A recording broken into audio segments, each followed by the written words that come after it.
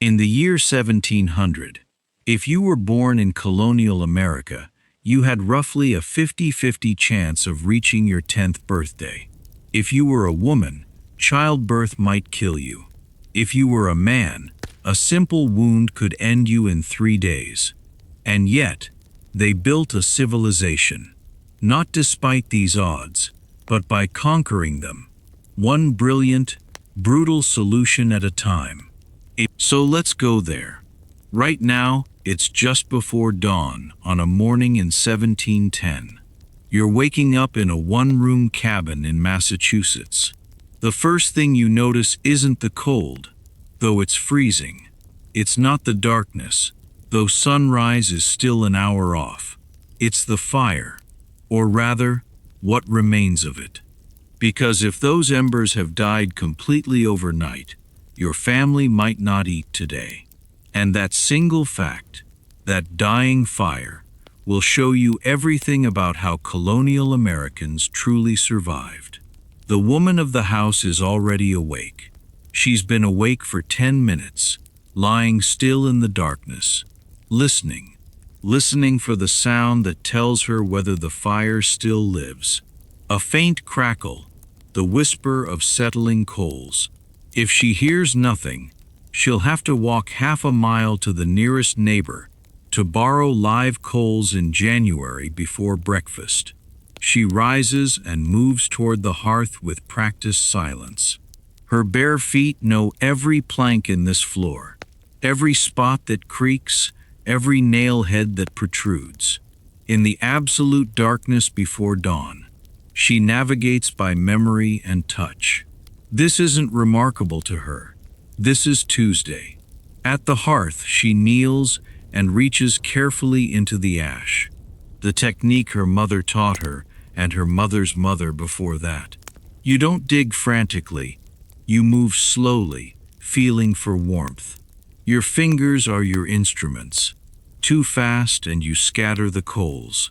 Too slow and you waste time while your family sleeps in a house growing colder by the minute.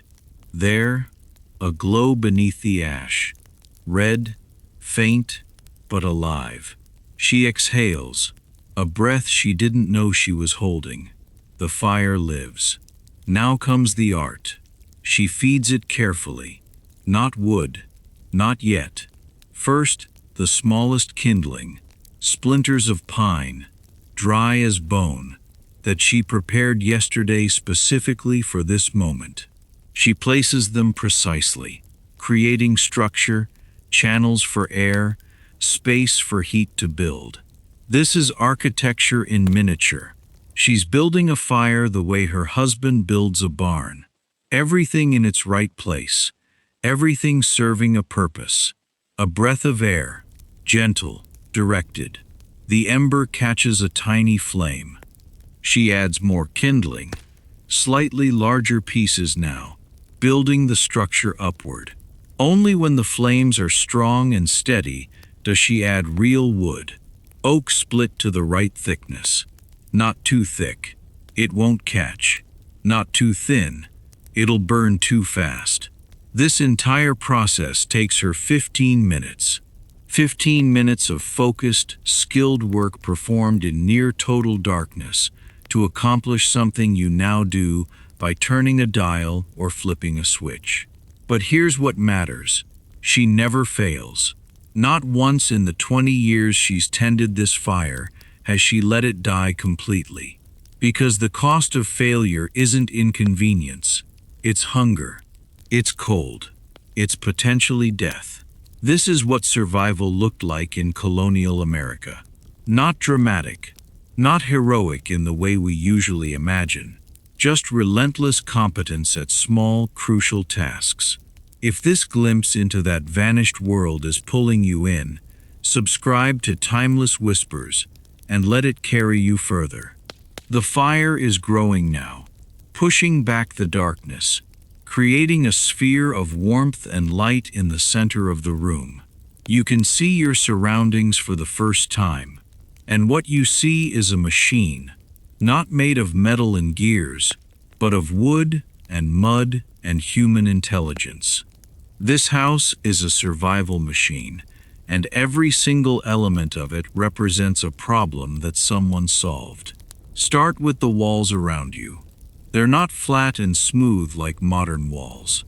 Run your hand along one, and you feel texture, irregularity, the clear evidence of human hands at work. These walls are wattle-and-daub, a technique so old that the Romans used it, but that doesn't make it primitive. It makes it proven. Here's how it works. First, you build a wooden frame from timber you've cut yourself. Oak, usually beams 8-inch thick, that you've shaped with a broad axe, one careful stroke at a time. These beams are joined together with mortise and tenon joints, pieces that fit together like a three-dimensional puzzle, held in place by wooden pegs. No nails. Nails are costly. Nails are metal. Metal means a blacksmith, and blacksmith work costs money that most families simply don't have. Between these heavy timber beams, you weave a basket. Literally, you take thin wooden strips. Willow is ideal, but any flexible wood works, and you weave them vertically between horizontal supports. Over, under, over, under. When you're done, you have a lattice of woven wood, filling the space between your timber frame. Now comes the daub. This is where people from our time usually recoil, because the recipe sounds primitive, even disgusting. But watch what happens when you understand the chemistry. You take clay from the nearest deposit. Not just any clay. You need clay with the right amount of plasticity, the right mineral composition. Colonial builders knew how to test this. They'd roll the clay into a ball and let it dry. If it cracked too much sand. If it stayed too soft, not enough sand. They didn't know the word's particle size distribution, but they grasped the concept perfectly. To this clay you add water until you get the right consistency. Then comes the straw, chopped small, mixed throughout. The straw does what rebar does in concrete. It provides tensile strength. Clay is strong in compression but cracks under tension. Straw fibers bridge those cracks, holding everything together. And yes, you add manure, usually cow manure, though horse works too. Why? Because partially digested plant matter contains enzymes and bacteria that continue to break down the straw, creating a kind of biological binding process.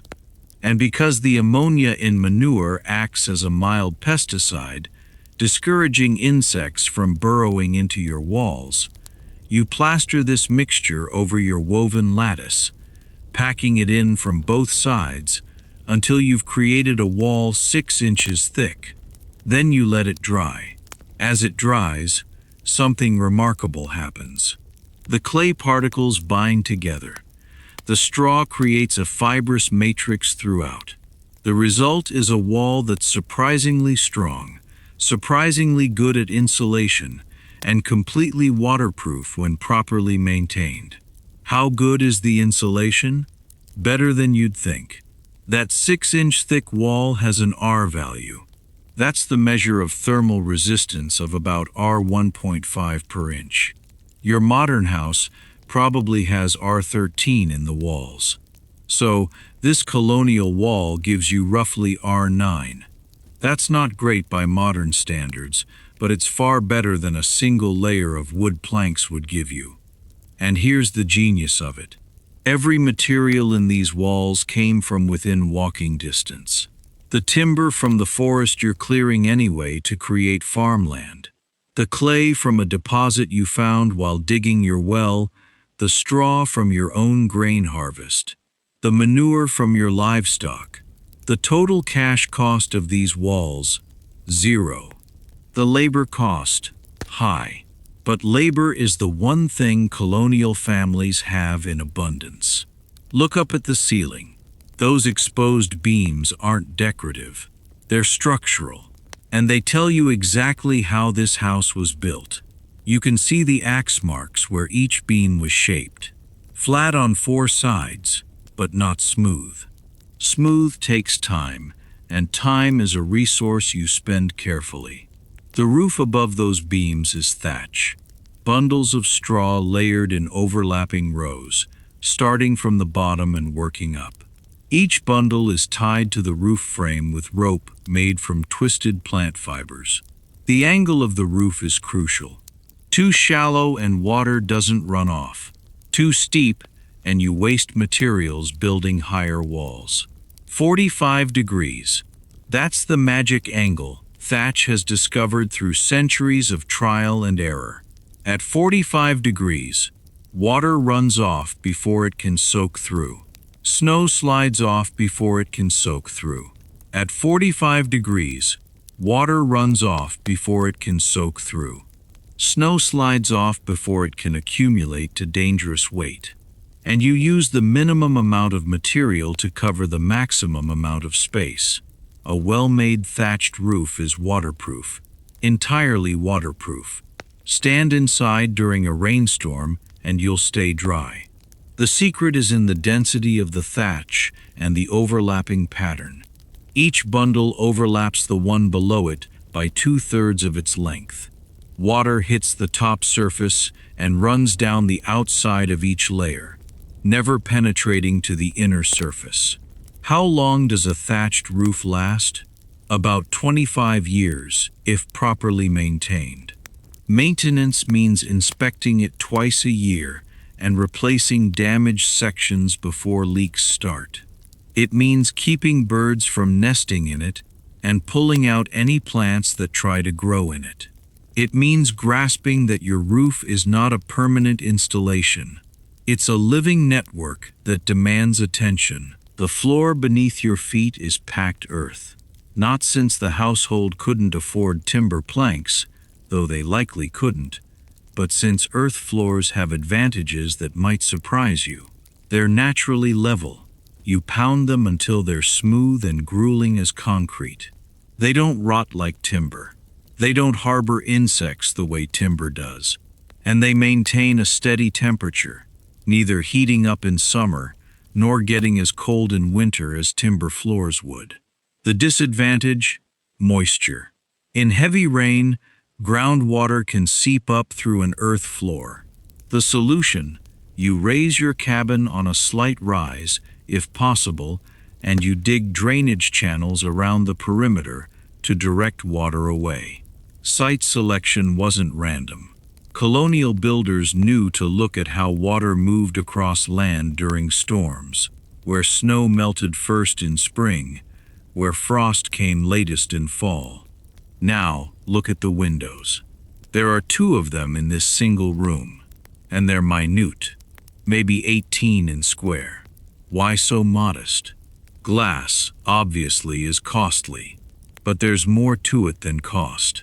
Heat loss through windows is tremendous. Glass has almost no insulating worth. A sizable window is basically a hole in your thermal envelope. So you balance the require for light against the require for heat retention. These modest windows represent that calculation made visible. But even these modest windows don't have glass. Glass windows in 1710 colonial Massachusetts would cost more than the whole rest of the cabin. Instead, these windows have oiled paper. You take heavy paper, coat it thoroughly with linseed oil, and let it dry. The oil makes the paper translucent and water-resistant. It lets light through, not a lot, but enough to toil by during the day, and it can be replaced cheaply when it tears or degrades. Some households use scraped animal horn instead.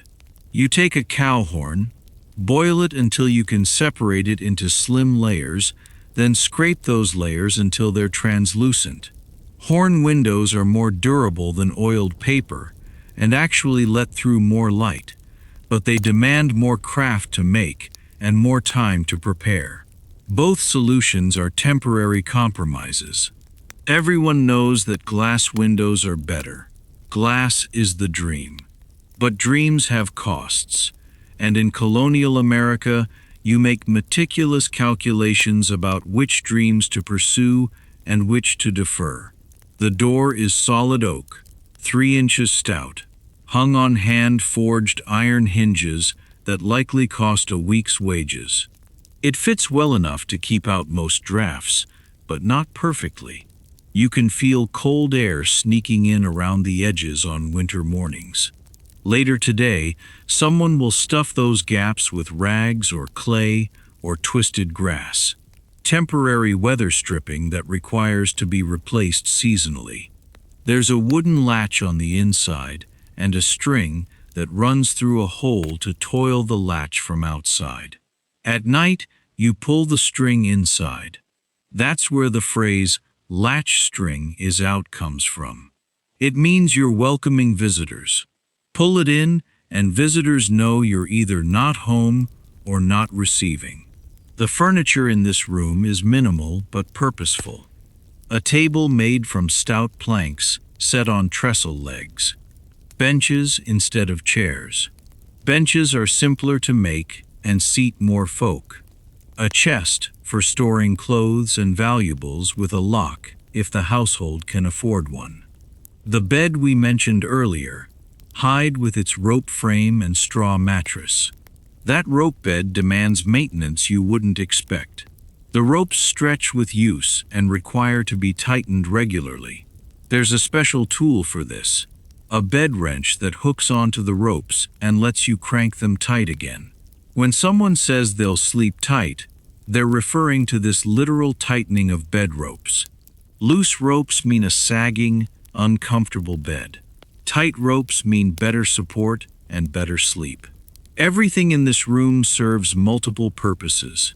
The table is for eating but also for food preparation, for toiling by candlelight in the evening, for laying out fabric to cut for sewing. The benches are for sitting, but also for standing on, to reach things hung from the ceiling beams, dried herbs, preserved meat, tools stored out of the way. The chest is for storage, yes, but a good chest is also a display of craftsmanship and a store of wealth. A well-made chest might be passed down through generations, accumulating worth not just as furniture, but as an heirloom, a symbol of household continuity. And everything is made by hand. The table, someone cut down a tree, split the log into planks, smoothed those planks with a plane, joined them together. Hours and hours of toil. The chest, meticulously fitted joints, hand-cut dovetails, a hinged lid that demanded precise carpentry. The bed frame, mortise and tenon joints holding everything together. Rope holes drilled at exact intervals. When you live in this room, you're surrounded by human labor made visible. There's no hiding the fact that every object you use, every surface you touch, represents someone's time and craft and effort. This forms a relationship with objects that present-day folk rarely experience. You don't throw away a broken tool. You repair it, since making a new one might take days. You don't replace furniture since you're bored with it. You use it until it literally falls apart, then salvage the good pieces to repair other items. This isn't sentimentality. It's economics. In a world where everything must be made by hand, waste is unaffordable.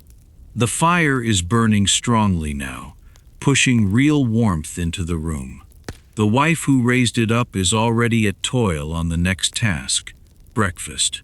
She fills an iron pot with water from the bucket that was filled yesterday, adds cornmeal from the sack in the corner, hangs the pot on the iron crane that swings over the fire. That crane is a modest marvel of engineering. It's made by the local blacksmith from iron that was likely shipped from England at substantial expense. The crane pivots on a pin, allowing you to swing pots in and out of the fire without reaching directly over the flames. The pin and socket are designed to last decades under daily use. Good blacksmith toil is costly, but it's worth it, since the alternative, reaching over an open fire multiple times a day, means inevitable burns and potential disasters. While the porridge cooks, she prepares the rest of breakfast. This might include bread left from yesterday, or cornbread if there's time to make it, possibly some preserved meat, salt pork sliced slim and fried in its own fat. If the chickens are laying well, maybe eggs. Every item of food represents a chain of labor and planning. The corn in that porridge. Someone planted it last spring, tended it all summer, harvested it in fall, dried it thoroughly, stored it where mice couldn't get to it, then shelled it and ground it into meal, using either a hand mill or by pounding it in a mortar. That's months of toil to yield what you're eating in 10 minutes. The salt pork. That pig was raised from a piglet, fed scraps, and foraged for months until it reached slaughter weight, killed and butchered in late fall, when the weather was cold enough to keep the meat from spoiling. Packed in salt that was acquired at substantial expense from a merchant who imported it from the coast. The salt packing method demanded precise know-how of ratios. Too little salt and the meat spoils. Too much and you waste costly salt and the meat becomes unpalatable. The bread, grain grown in the field, harvested by hand, threshed to separate the grain from the chaff, ground into flour, mixed with water, and a bit of leavening saved from the last batch, kneaded until the gluten develops properly, shaped and baked in an oven that had to be heated to exactly the right temperature by burning timber inside it, then scraping out the coals. Nothing you eat is plain. Nothing you eat is guaranteed. Every meal is the result of a successful chain of output, preservation, and preparation. One broken link, crop failure, spoilage, fire, theft, and the chain fails. This is why colonial households are so focused on food, not since they're glutton or obsessed with eating, but since food security is survival. The difference between having enough and not having enough is the difference between living and dying. There's no grocery store to fall back on, no food bank, no emergency services. Your family's survival depends entirely on the food you've grown, preserved, and stored. As the morning light starts to filter through those modest windows, turning the darkness to gray and then to dim illumination, you can see the full scope of this one-room world. It's modest, it's plain, by present-day standards. It's primitive, but it's the result of enormous intelligence accumulated over generations applied to the problem of survival. Every element of this cabin represents a question that had to be answered. How do you keep heat in? How do you keep water out? How do you form light without electricity?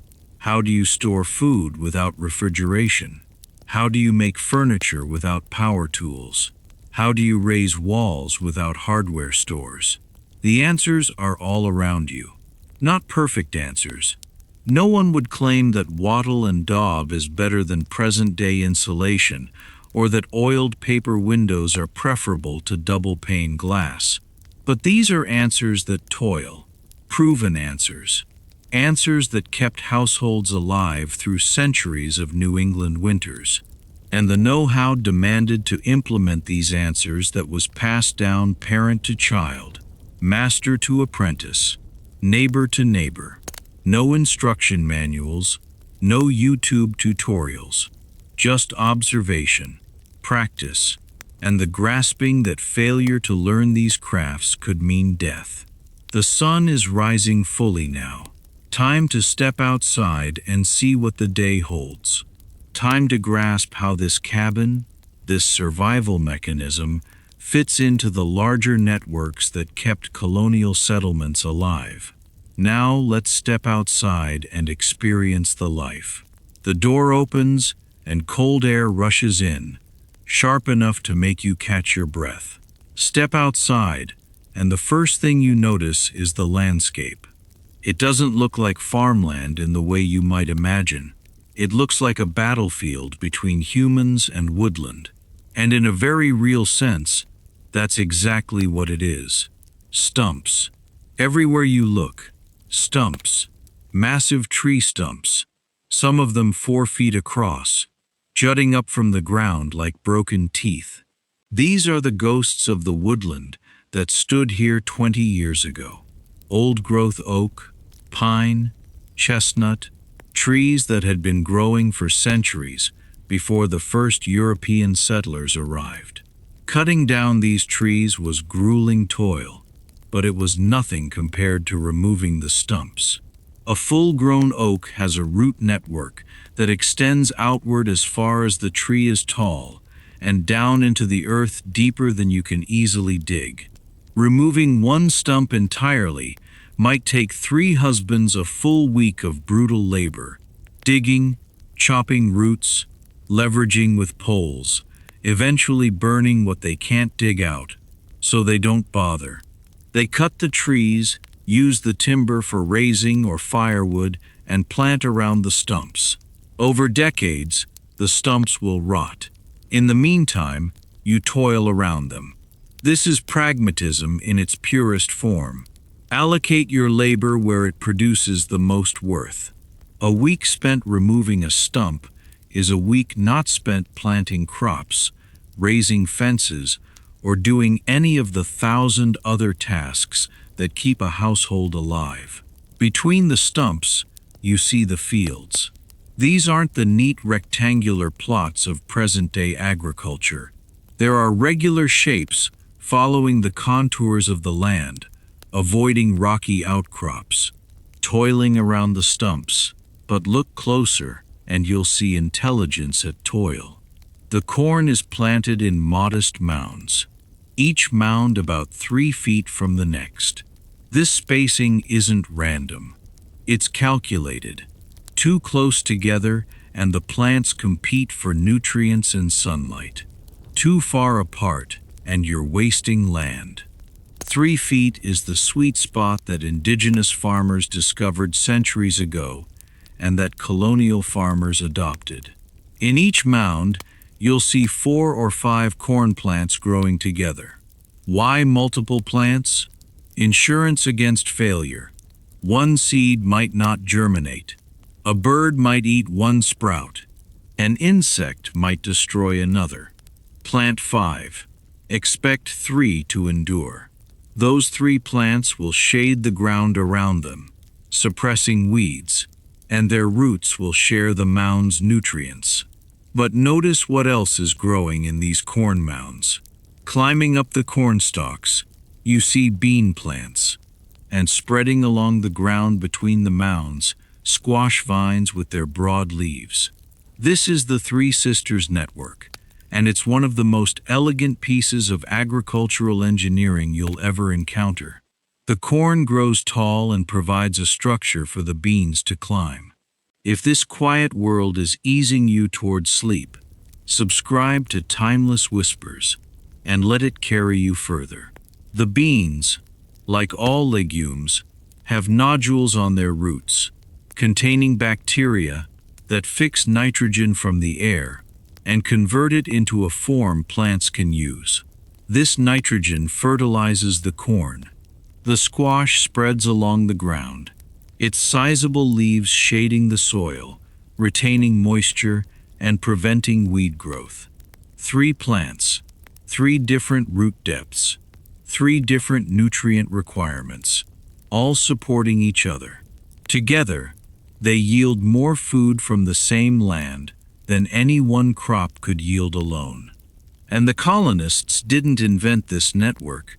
They learned it from the Native Americans, who had been perfecting it for thousands of years. Grasping this network demands grasping soil chemistry in practical empirical terms. The colonists didn't know the word nitrogen, but they knew that planting beans made the soil better for other crops. They didn't know about photosynthesis, but they knew that squash leaves, shading the ground, kept moisture in the soil during dry spells.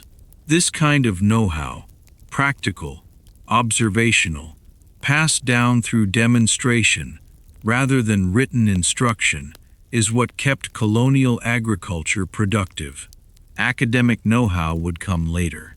For now, what mattered was what toiled. The toil of maintaining these fields is relentless. Right now in early summer, weeding is the primary task. See that husband walking down the corn rows with a hoe? That hoe is a plain tool, a wooden handle with a metal blade attached at an angle. But using it effectively demands craft and endurance. He's toiling in a rhythm. Chop, step, chop, step. The blade cuts into the soil just deep enough to sever weed roots without disturbing the crop plants. Too shallow and the weeds endure. Too deep and you damage the corn roots. The right depth, the right angle, the right force. These are things he learned by doing, not by reading. His hands are calloused from years of gripping that wooden handle. His back aches from bending over row after row. His shirt is soaked with sweat, even though it's only mid-morning. This is what farming actually looks like. Not pastoral scenes of folk wandering through fields, but grueling physical labor performed day after day, week after week, month after month. How much land can one individual weed in a day? About half an acre if the soil is good and the weeds aren't too stout. A household farm might have 5 or 6 acres under cultivation. That means weeding is a full-time job for multiple folk for weeks during the growing season. Miss a week, and the weeds can get ahead of you. Miss 2 weeks, and you might lose the crop entirely. But the weeding is just one task in the agricultural calendar. Look over at that other field where wheat is growing. Wheat demands different timing, different techniques, different tools than corn. The wheat was planted last fall, spent the winter as modest shoots under the snow, and is now growing toward harvest in late summer. Harvesting wheat means using a scythe, a long curved blade attached to a wooden handle. Using a scythe properly is an art form that takes years to master. You stand with your legs apart, swing the blade in a smooth arc parallel to the ground, cutting through the wheat stalks about 6 inches above the soil. The motion uses your entire frame, legs, hips, back, arms toiling together in a coordinated movement. A trained husband with a scythe can harvest about an acre of wheat per day. But he can't toil continuously. The physical exertion is too intense. He toils for an hour, rests for 15 minutes, toils another hour all day long.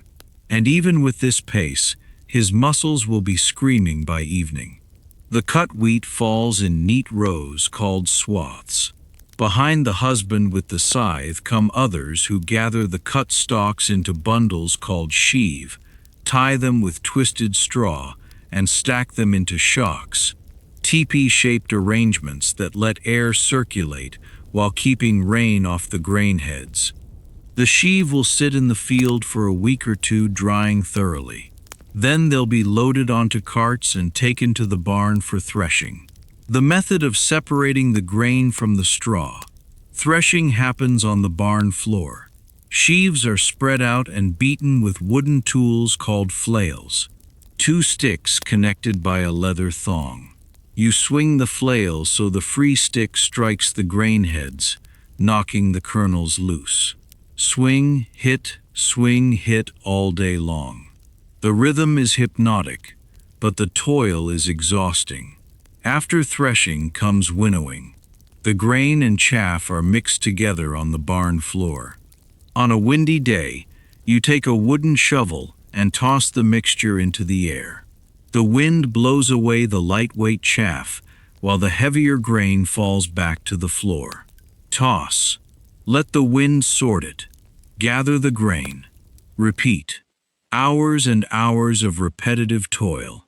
At the end of this whole method, planting, growing, harvesting, threshing, winnowing, you have grain. Clean grain that can be stored in barrels or sacks, ground into flour as required, and baked into bread. From 1 acre of wheat, a good harvest might yield 20 bushels. A bushel of wheat weighs about 60 pounds and produces about 42 pounds of flour. That acre then produces about 840 pounds of flour. An adult doing physical labor requires about 2 pounds of bread per day to maintain frame weight and energy. Call it 1.5 pounds of flour to make that bread. That means your acre of wheat produces enough flour for one individual for about 560 days, a year and a half. These calculations mattered.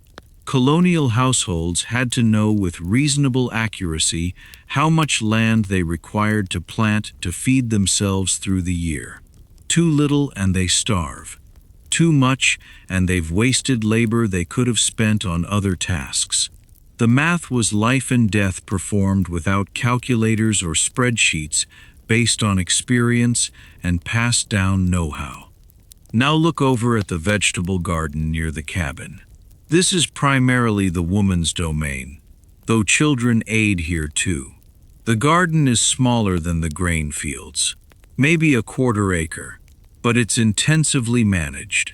Here grow the foods that add variety and nutrition to the basic diet of grain and meat. Cabbages, which can be harvested in fall and stored in the root cellar through winter. Onions, which add flavor to soups and stews. Turnips and carrots, which store well and provide food when fresh vegetables are gone. Peas and beans, which can be dried and stored indefinitely. Herbs grow here too, not just for cooking, but for medicine. Sage for sore throats, chamomile for upset stomachs, feverfew for headaches, lavender for calming nerves. Each plant serves multiple purposes, and the know-how of which plant aids which ailment is passed from mother to daughter, accumulated over generations of observation and experience. The garden demands different toil than the fields. Here you're bending, constantly toiling on your knees, using hand tools to toil soil around individual plants.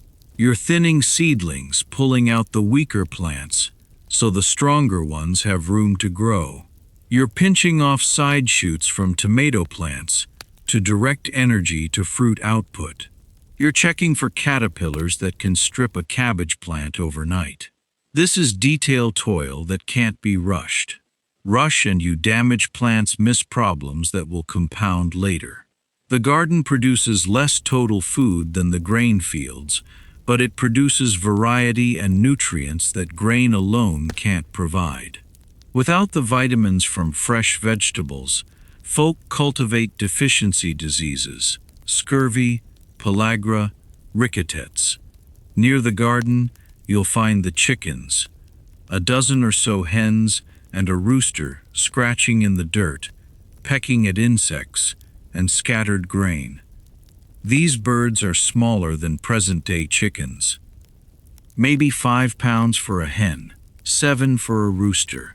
They're scrawnier, more active, more like wild birds than present-day domestic fowl, but they're valuable beyond their size. Each hen produces perhaps 150 eggs per year, not the 300 eggs a present-day laying hen produces, but enough to make a real contribution to the family's protein intake. The eggs are smaller than present-day eggs, but they're rich and flavorful, since the chickens eat a varied diet of insects, plants, and kitchen scraps.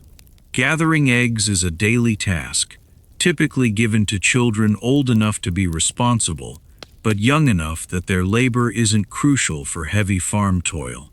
The chicken coop is a modest wooden structure, plain but predator-proof. with nesting boxes where the hens prefer to lay. But here's something you notice swiftly. Gathering eggs isn't a plain matter of reaching into nesting boxes. These hens are protective. They'll peck at your hand if you reach under them. You learn to distract them with one hand while grabbing eggs with the other. You learn which hens are more aggressive and which are docile.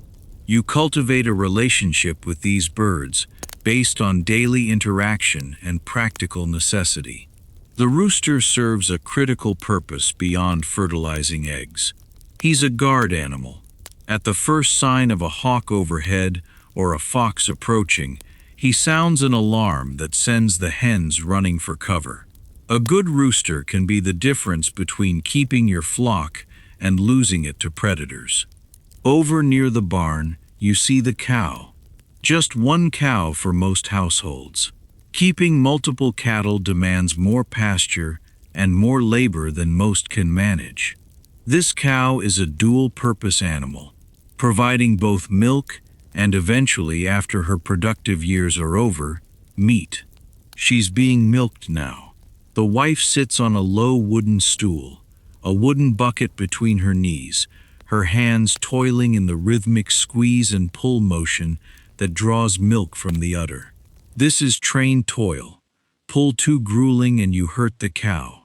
Too gentle and you don't get much milk. The right pressure, the right rhythm, and the milk comes in steady streams, making a distinctive sound as it hits the bottom of the wooden bucket. A good milk cow in colonial times might yield 3 gall of milk per day during peak output in spring and summer. That's impressive until you realize that a present-day dairy cow produces about 8 gall per day. Colonial cows were smaller, fed on pasture rather than grain-rich feed, and bred for multiple purposes rather than specialized milk output. But 3 gall a day is still substantial.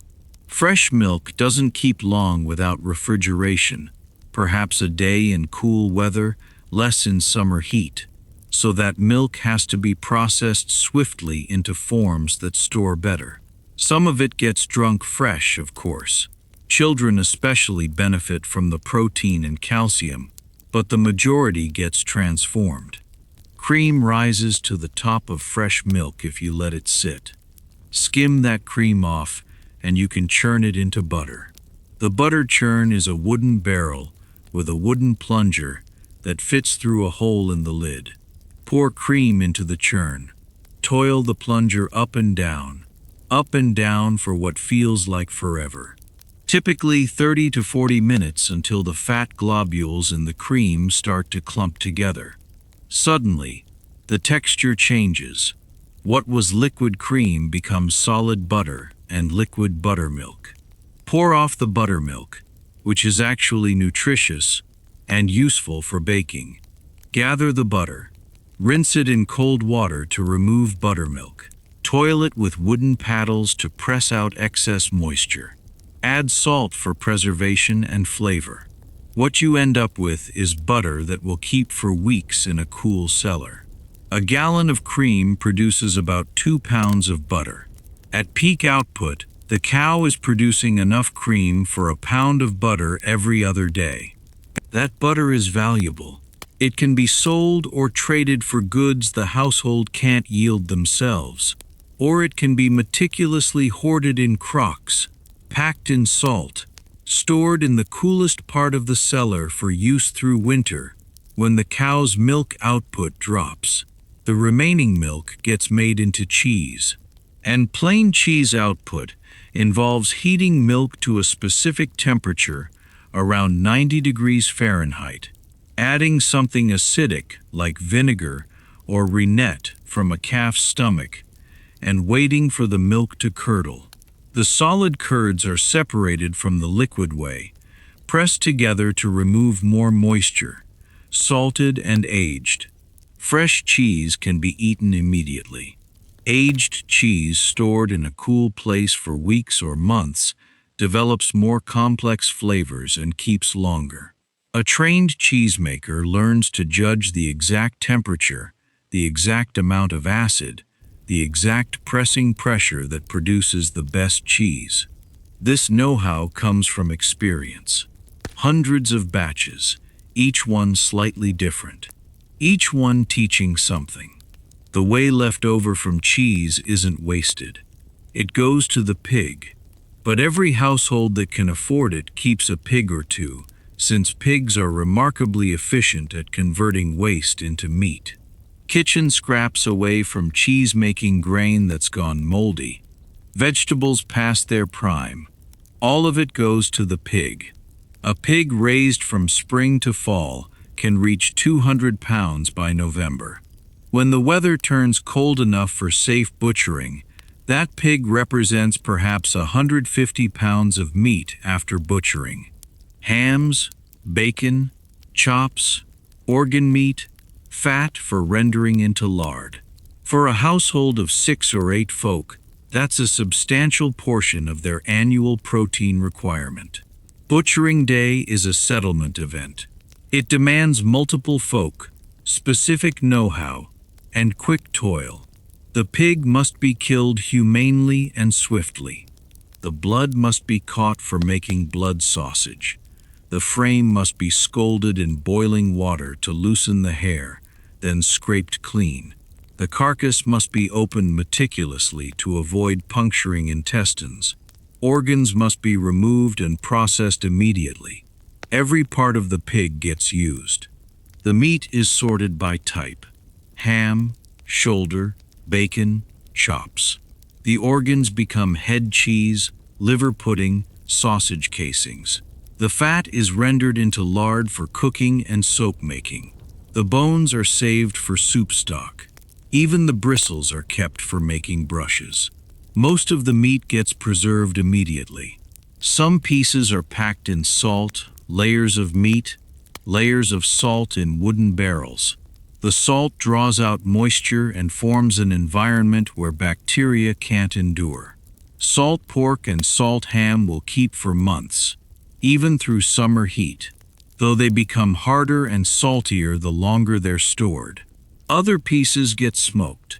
The smokehouse is a modest outbuilding where meat hangs from rafters, while a low fire of hardwood, hickory, oak, or maple smolders below. The smoke does several things. It dries the meat, it deposits chemicals that inhibit bacterial growth, and it adds flavor. A properly smoked ham can hang in a cool, dry place for a year without spoiling. The layered rendered from pig fat is almost as valuable as the meat. Lard stores well in crocks, provides concentrated calories for cooking, and serves as the fat component in soap making. A 200-pound pig might yield 30 pounds of rendered lard, enough for a year of cooking and soap output. Making soap combines lard with lye in a chemical reaction called saponification. The lye comes from timber ashes. When you pour water through timber ashes, it dissolves potassium compounds, forming a caustic solution. This lye water is dangerous. It can burn skin-blind eyes if splashed.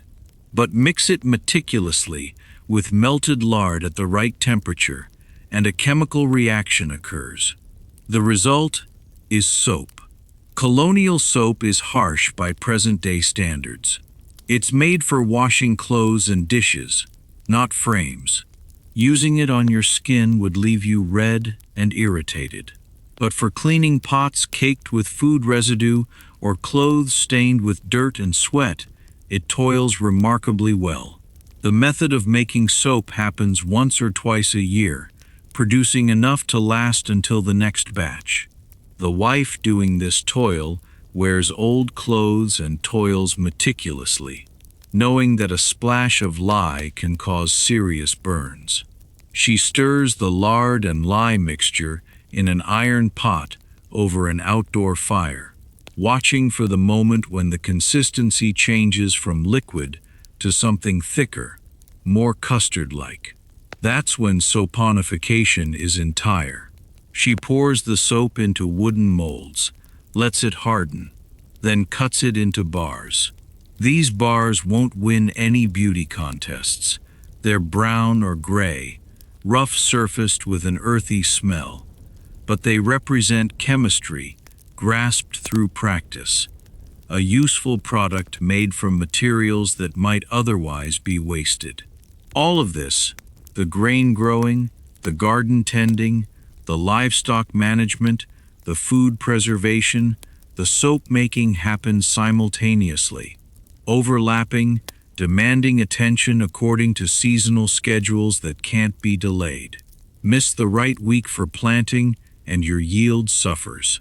Wait too long to harvest and rain ruins your grain. Delay butchering until weather warms and the meat spoils before you can preserve it. The colonial household operates on multiple timelines at once. Daily tasks like milking, feeding animals, cooking meals. Weekly tasks like baking bread, doing laundry, going to market. Monthly tasks like churning butter in quantity, smoking meat, making cheese. Seasonal tasks like planting, harvesting, butchering, preserving. Coordinating all of this demands intelligence and planning that we rarely acknowledge. These aren't plain folk doing plain toil.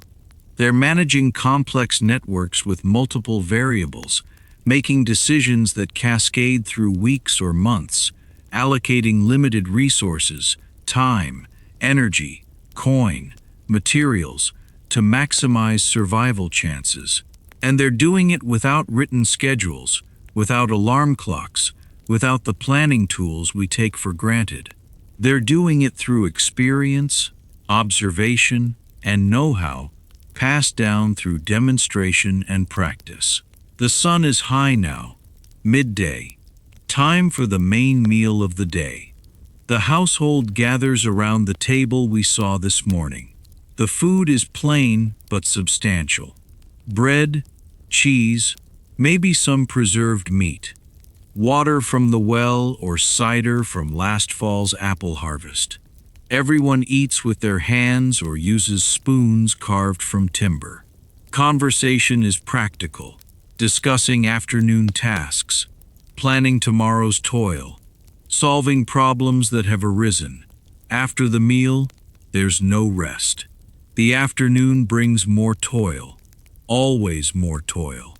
Since in colonial America, survival isn't something you achieve once and then maintain. It's something you earn again every single day through competent execution of necessary tasks. Now, let's talk about commerce and trade and businesses. Not every colonial household lives the same life we've been observing. Walk into town, if there is a town within a day's travel, and you'll see a different world operating on different rules, with different challenges and different rewards. The town might be modest, perhaps 30 buildings clustered around a central common, where militia drills happen and cattle graze. Perhaps a church with its distinctive steeple marking the settlement from miles away.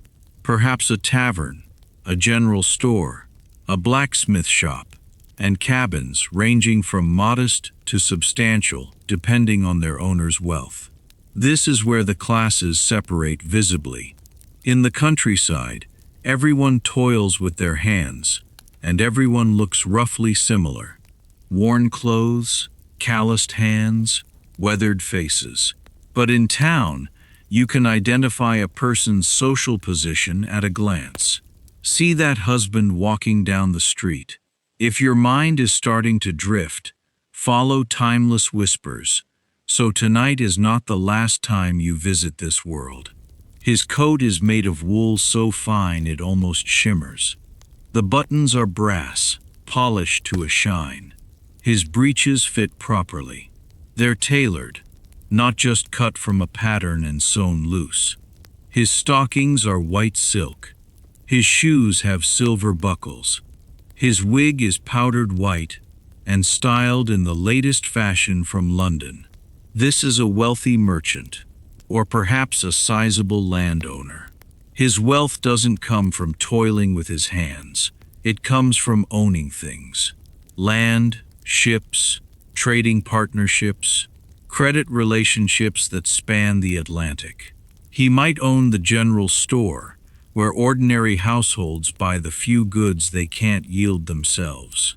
He might own shares in ships that carry tobacco from Virginia to England and manufactured goods from England back to the colonies. His cabin reflects his status. It's 2 stories tall, made of brick rather than timber.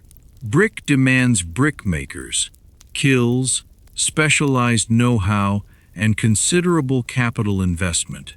Each brick was formed in a mold, dried, fired at high temperature, transported to the raising site, and laid by trained masons, using mortar mixed to exact specifications.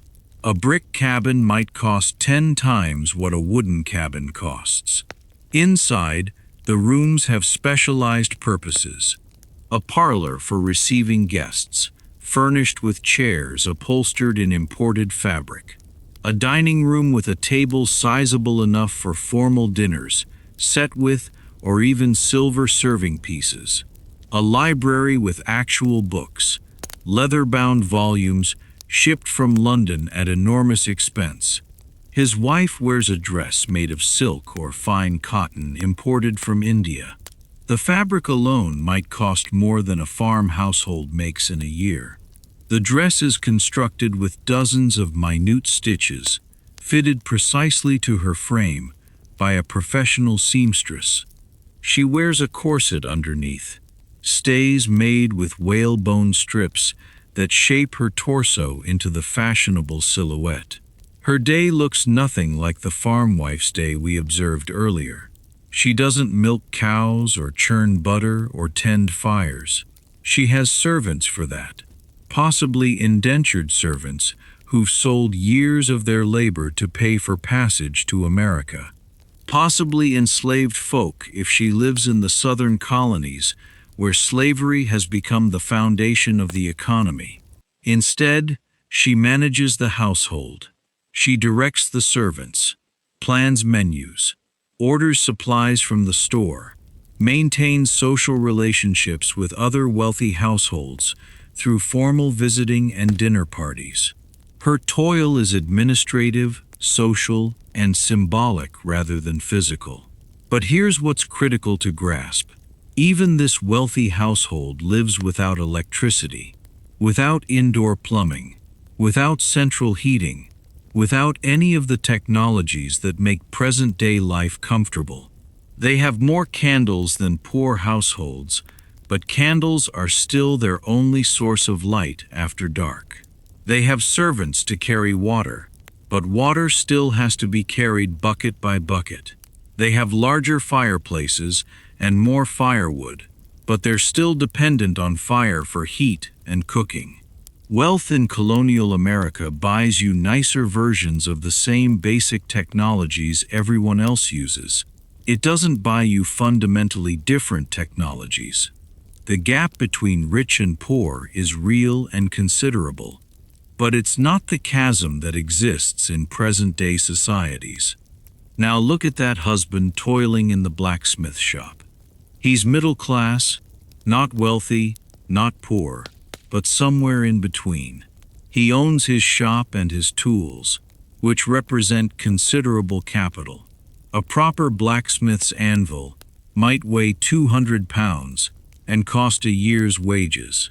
The tools hanging on his walls, hammers, tongs, chisels, punches, each one represents an investment. His forge is the heart of his business. It's a specially designed fireplace that burns charcoal rather than timber, since charcoal produces higher temperatures with less smoke.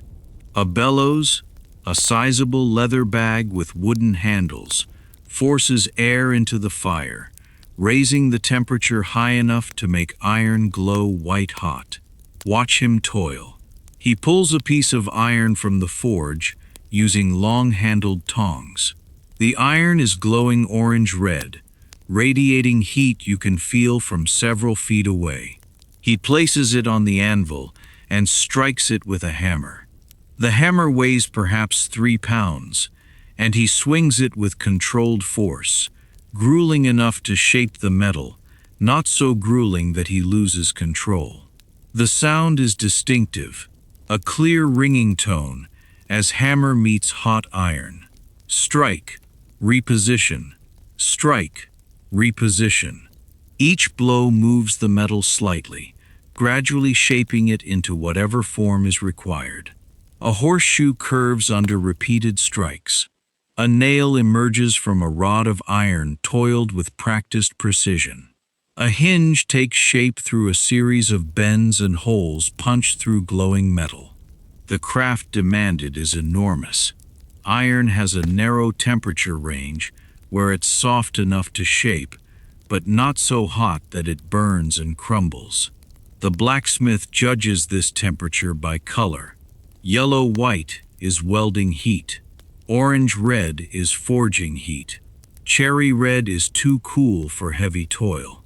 These distinctions were learned through years of apprenticeship, watching a master ruining pieces through mistakes, gradually cultivating the eye and the judgment that separates trained toil from amateur attempts.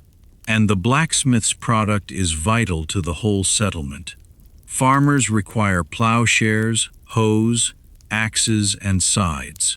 Carpenters require saws, chisels, and planes. Housewives require pots, kettles, and cooking implements. Everyone requires nails, hinges, and latches. Without the blacksmith, the colonial economy grinds to a halt. His prices reflect his craft and the worth of his toil. A horseshoe might cost a day's wages for a laborer. A set of hinges for a door might cost 3 days' wages. An axe, a tool that a farmer will use almost daily for years, might cost a week's wages. Now, these aren't arbitrary prices. They reflect the time and craft demanded to yield the item, the cost of materials, and the worth the item provides. The blacksmith's income places him solidly in the middle class. He can afford a wooden cabin with glass windows, real glass, not oiled paper. He can afford to send his children to a dame school to learn reading and arithmetic. He can afford meat several times a week instead of just on special occasions. But he still toils with his hands. He still sweats over his forge. He still goes to bed exhausted from physical labor. His position in society comes from his craft and his ownership of capital. The shop, the tools, the forge, the know-how in his head. This is the colonial middle class. Folk who toil, but who have crafts that command premium prices, and who own the tools of their trade. Walk further into town and you'll find the general store. This is where the commercial economy becomes visible in concentrated form. The store carries goods that local households can't yield themselves. Sugar and molasses shipped from the Caribbean. Tea from China transported halfway around the world. Coffee beans from South America. Salt from coastal salt toils. Iron pots and tools from England. Fabric, linen, wool, sometimes silk. Imported since local output can't meet demand. The prices are shocking by the standards of what local labor earns. A pound of sugar might cost half a day's wages. A pound of tea might cost 3 days' wages. A new iron pot might cost a week's wages. These aren't everyday purchases for ordinary households. They're investments meticulously considered, frequently saved for over months. The store operates on credit as much as cash. The storekeeper keeps a ledger book where he records who owes what. A farmer might bring in eggs, butter, or grain, and trade them for credit in the store's account. Later, he'll use that credit to buy sugar or tea or fabric his wife requires.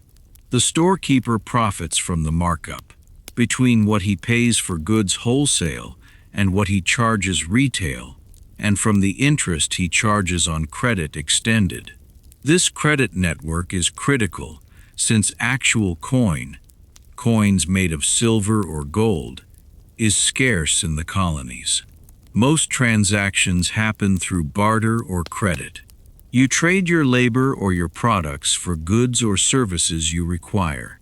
The storekeeper acts as a kind of banker, extending credit, keeping accounts, facilitating exchange in an economy that runs on trust and relationship as much as on currency. The tavern serves a similar function, but for different kinds of exchange. It's a place to sleep if you're traveling, a place to eat if you don't want to cook, but most importantly, a place where information flows and deals get made.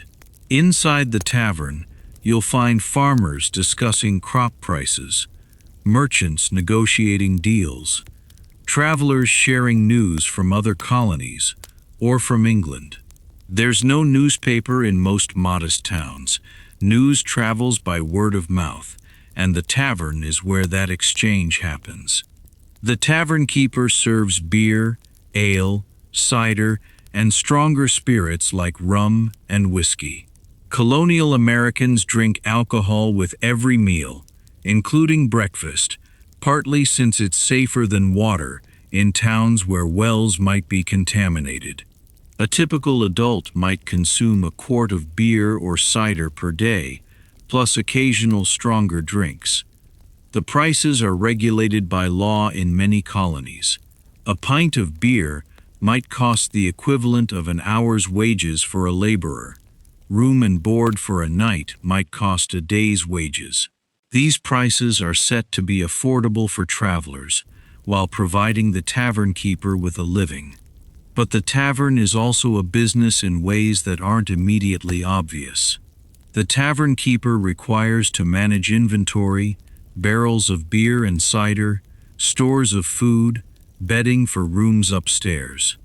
He requires to extend credit meticulously, knowing which customers will pay and which won't. He requires to maintain relationships with suppliers who provide the alcohol and food he serves.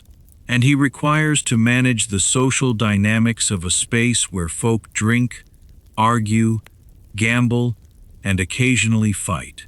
The economic life of the town is fundamentally different from the economic life of the farm, but they're interdependent. Farmers require the goods that merchants import and storekeepers sell. They require the blacksmith's tools, and the miller's services, and the tavern's lodging. In return, farmers provide the food that feeds everyone who doesn't farm: the merchants, the craftsmen, the storekeepers, the tavern keepers. This interdependence forms a web of relationships and obligations that hold colonial society together. The farmer who can't pay the blacksmith in cash might offer to aid raise the blacksmith's new barn. The merchant who requires grain to export might extend credit to the farmer to buy tools, expecting to be paid back after harvest. The storekeeper, who knows his customers personally, understands who can be trusted with credit and who can't. But this network has deep inequalities raised into it. The wealthy merchant or landowner has access to credit from England. He can buy goods wholesale and sell retail. He can extend credit to others and charge interest. His capital generates more capital through lending, trading, and investing. The middle-class craftsman has his craft and his tools. He can command good prices for his toil, but his income is limited by how much he can personally yield. He can't scale his business much beyond his own labor, and perhaps an apprentice or two. The poor farmer or laborer has only his labor to sell. He's always one bad harvest, one accident, one illness away from disaster. He's dependent on credit from those above him, and that dependency forms power relationships that shape his options and his freedom. And below all of them in the southern colonies especially, are the enslaved folk. They own nothing. They earn nothing.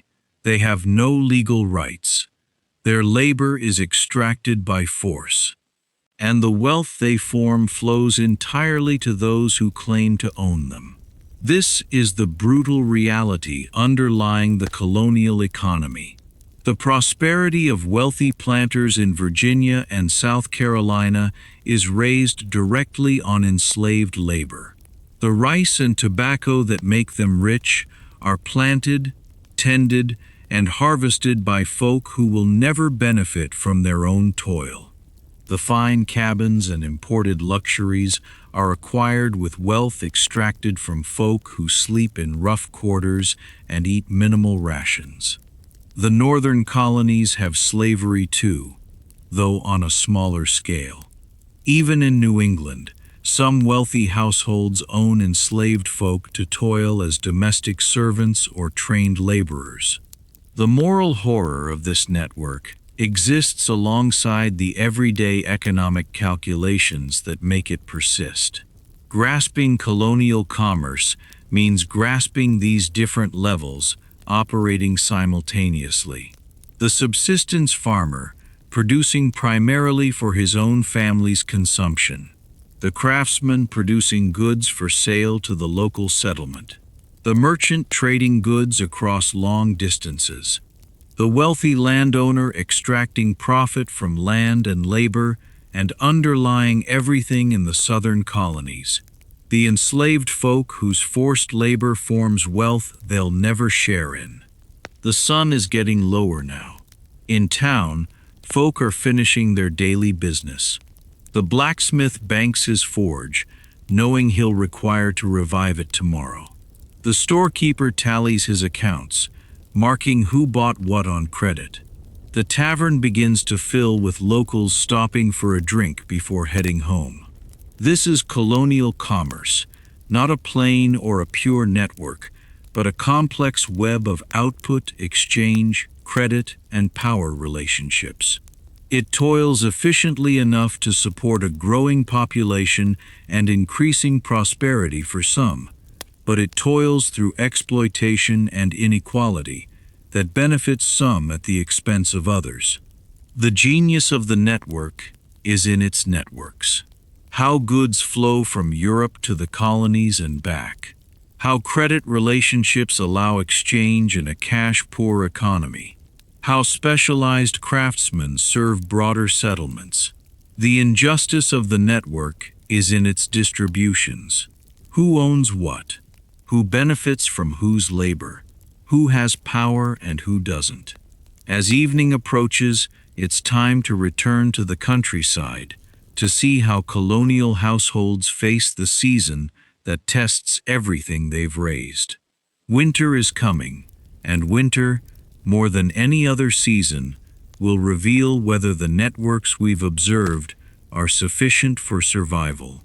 The first frost comes in October, sometimes late September if you're unlucky. You wake up one morning and see it.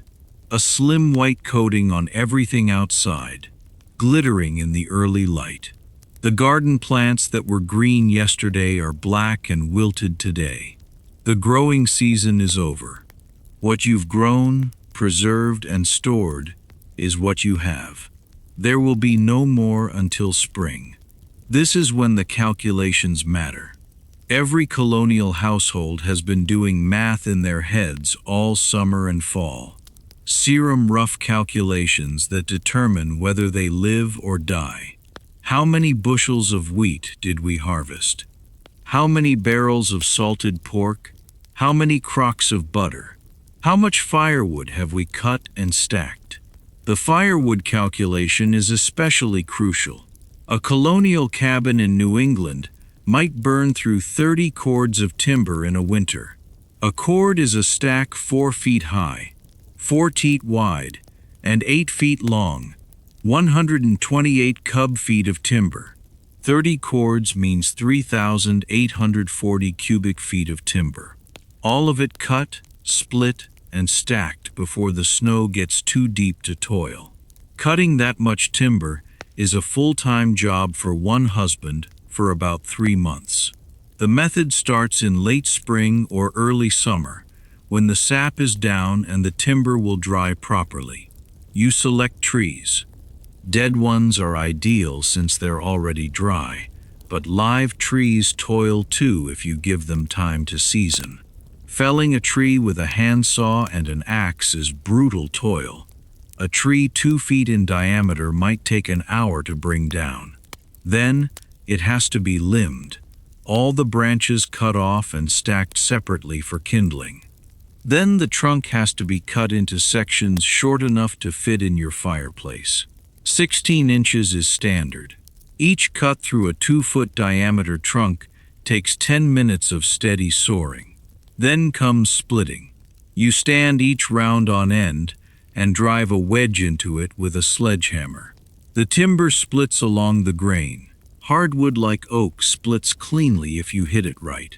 Knotty timber or timber with twisted grain can resist splitting, requiring multiple wedges. More hammering, more time. The split timber has to be stacked properly. Stack it too tight and air can't circulate, meaning it won't dry properly and will smoke instead of burning clean. Stack it too loose and you're wasting space. The proper technique forms a stable stack with air gaps that let moisture escape over the summer months. By fall, that timber requires to be moved closer to the cabin. You can't be trudging through snow to a timber pile 50 yards away every time you require to feed the fire. So, you stack several cords right next to the cabin under a roof if possible, to keep snow off where you can grab timber swiftly when required.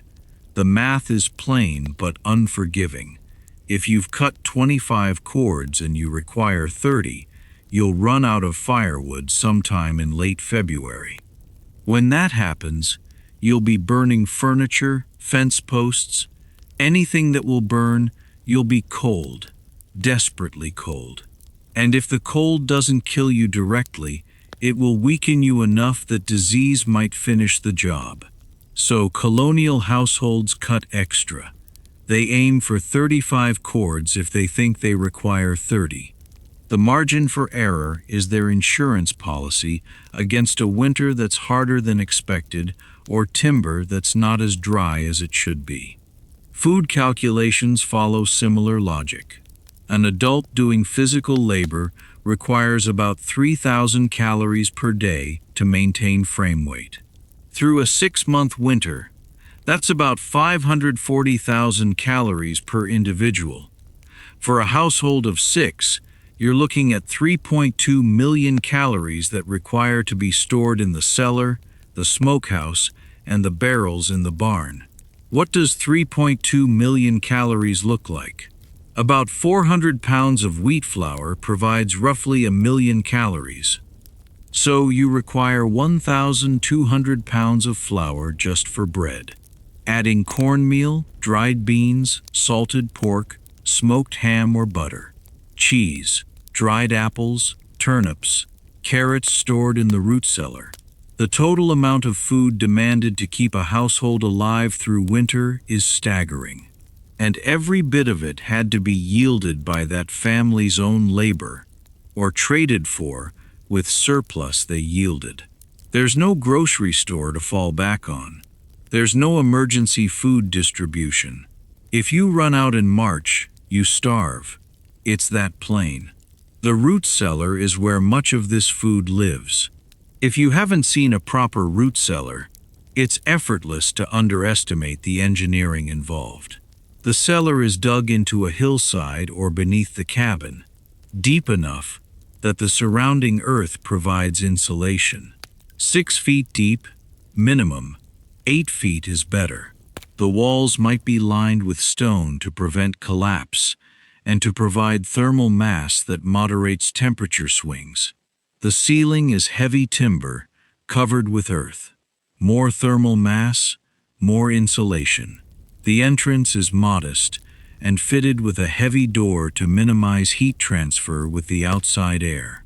Inside, the temperature stays remarkably stable. If you want more nights like this one, Tap subscribe on Timeless Whispers before your eyes close completely. In winter, even when it's below freezing outside, the root cellar might maintain a temperature of 35 to 40 degrees Fahrenheit. That's cold enough to slow decay and prevent sprouting, but warm enough that stored vegetables don't freeze. Root vegetables are stored in specific ways. Carrots and turnips are layered in boxes filled with damp sand. The sand keeps them from drying out, while the cool temperature prevents rotting. Potatoes are stored in barrels or bins, checked regularly for any that are starting to rot. One bad potato can infect others nearby.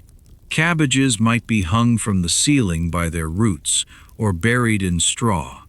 Apples are wrapped individually in paper if the household can afford paper, or in cloth if they can't, and stored in barrels.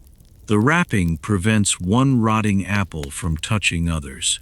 Even so, the household will check the apple barrels weekly, removing any fruit that's starting to go bad. The know-how demanded to run a successful root cellar is substantial. You require to grasp humidity.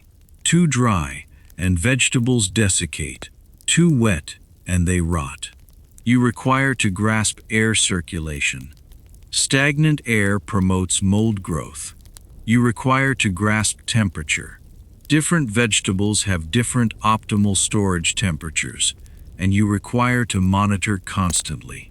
A root cellar isn't something you fill in October and forget about until March. It's a living network that demands regular attention.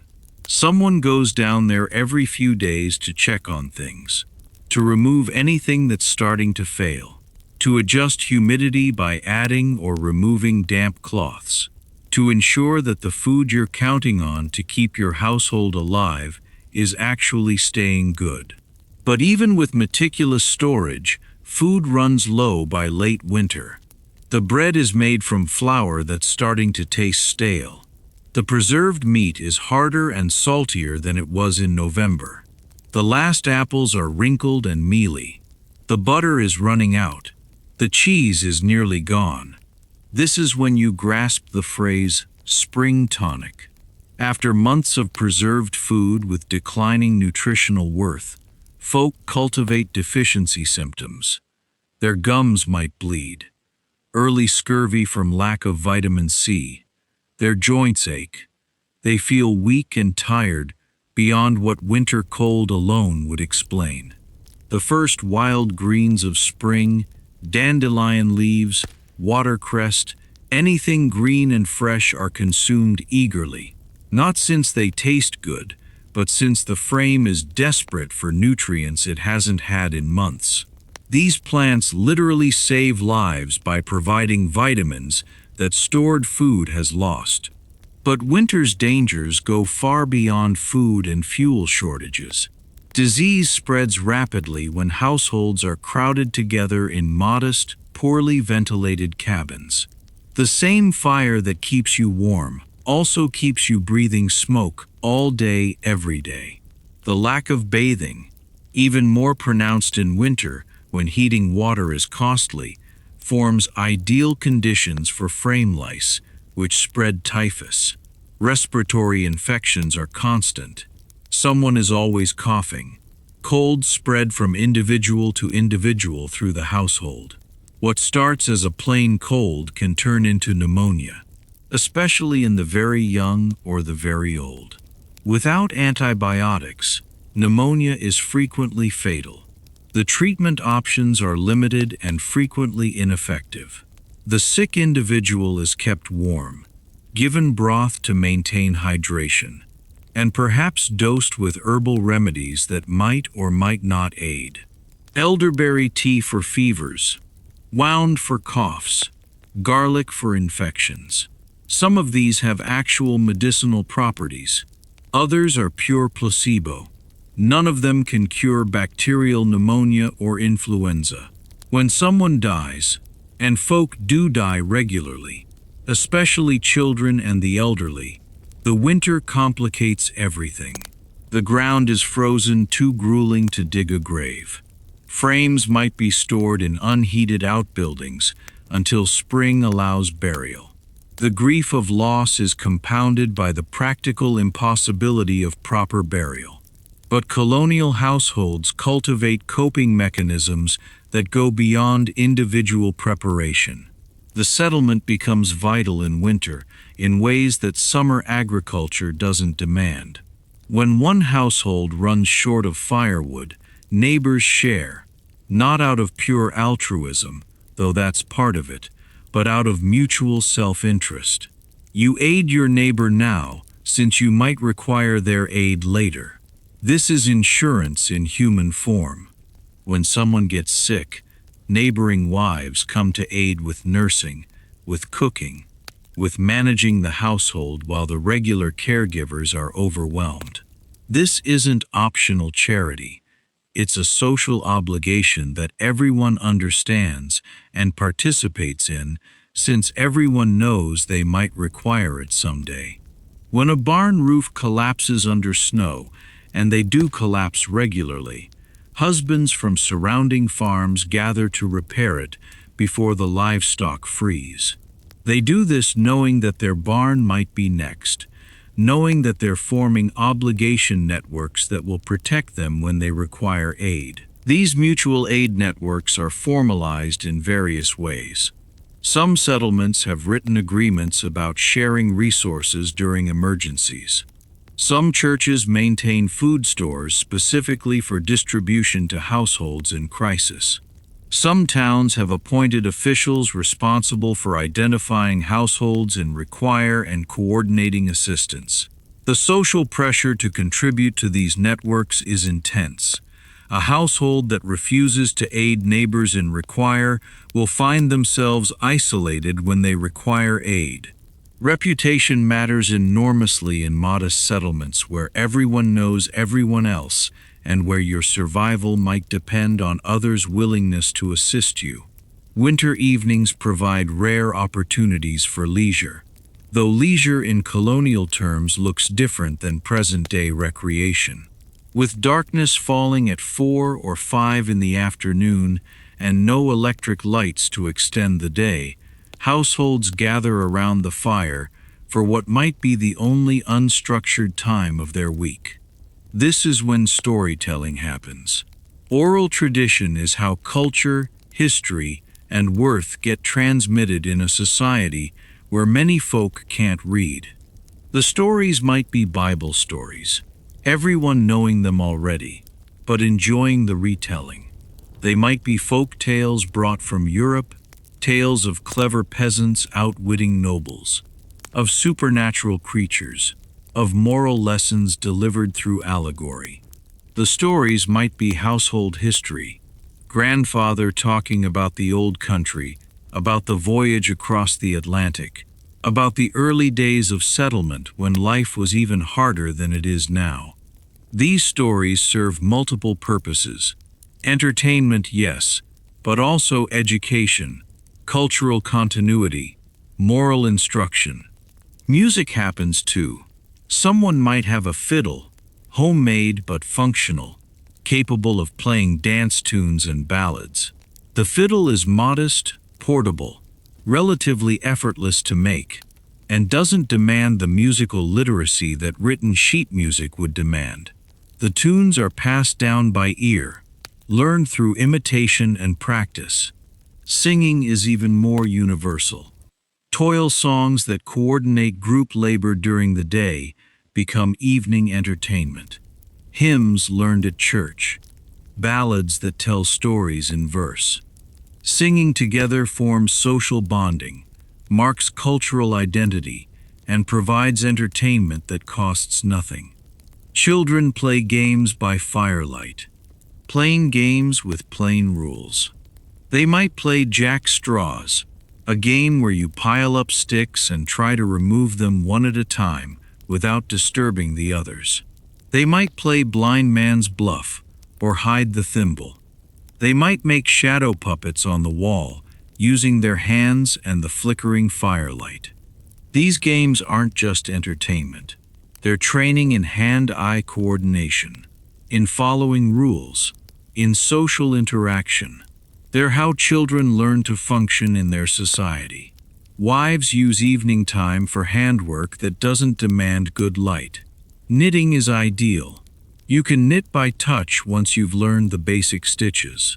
A wife might knit stockings for her household while sitting by the fire, her hands toiling automatically while she talks or listens to stories. Mending happens too. Clothes are too valuable to discard when they tear or wear slim. They're patched, darned, and repaired until they literally fall apart. This toil can be done by firelight, and it's necessary toil, not optional. Husbands might toil on tools, carving a new handle for an axe, or repairing a broken harness. This toil continues even in the evening, since tool maintenance is vital and there's never enough time during daylight hours to do everything that requires doing. But there are limits to what you can do by firelight and candlelight. Candles are costly. A pound of tallow, animal fat rendered down, produces about 10 candles. Those 10 candles might provide 30 hours of light total. For a household trying to extend their productive hours through winter darkness, that's not much. So most households use candles sparingly. Maybe one candle for the evening placed centrally where its light serves multiple folk. The rest of the room is in shadow. You toil close to the fire, close to the candle in a modest circle of light surrounded by darkness. This is another way winter is testing the networks. Not just testing whether you have enough food and fuel, but testing whether the social bonds hold, whether the settlement support networks function, whether the cultural practices that give meaning to suffering are robust enough to sustain folk through months of cold, darkness, and deprivation. And most years, the networks toil. Most households make it through. They emerge in spring, thinner, weaker, eager for fresh food and warm weather, but alive. The networks, food preservation, fuel preparation, settlement mutual aid, cultural practices that maintain morale, prove adequate, but not every year. Bad winters kill folk. Harsh springs where the cold persists too long and food runs out before anything new can be harvested. Disease outbreaks that overwhelm settlements already weakened by winter deprivation. These things happen, and when they do, households fail. Farms are abandoned. Settlements shrink. The colonial period is frequently romanticized, but the reality is stark. Survival is never guaranteed.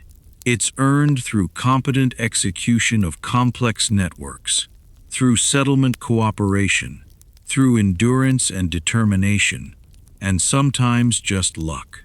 As February turns to March, and the days gradually lengthen, as the sun climbs a bit higher each day, and the ice begins to loosen its grip, folks start watching for signs of spring.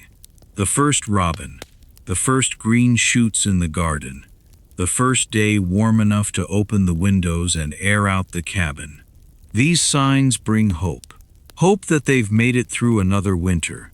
Hope that the cycle is continuing, that life will return, that the grueling times are ending and productive times are beginning again. But spring brings its own challenges and its own toil. Fields to prepare, crops to plant, animals to tend. The cycle never stops. Survival is a continuous method, not a destination you reach and then rest. This is what colonial Americans grasped in their bones. Life is toil. Toil is survival. And survival demands networks that function reliably under stress. The networks they raised, agricultural, commercial, social, cultural, were tested every winter and refined through generations of experience. Grasping these networks aids us grasp what's coming next. Since these same folk, shaped by these experiences, tested by these winters, bound together by these networks of mutual dependence, are about to face a different kind of test, a political test, a test that will demand them to decide whether the larger network they're part of, the colonial relationship with Great Britain, is worth maintaining or worth breaking. By the 1760s, the colonial networks we've been observing have been operating successfully for more than a century.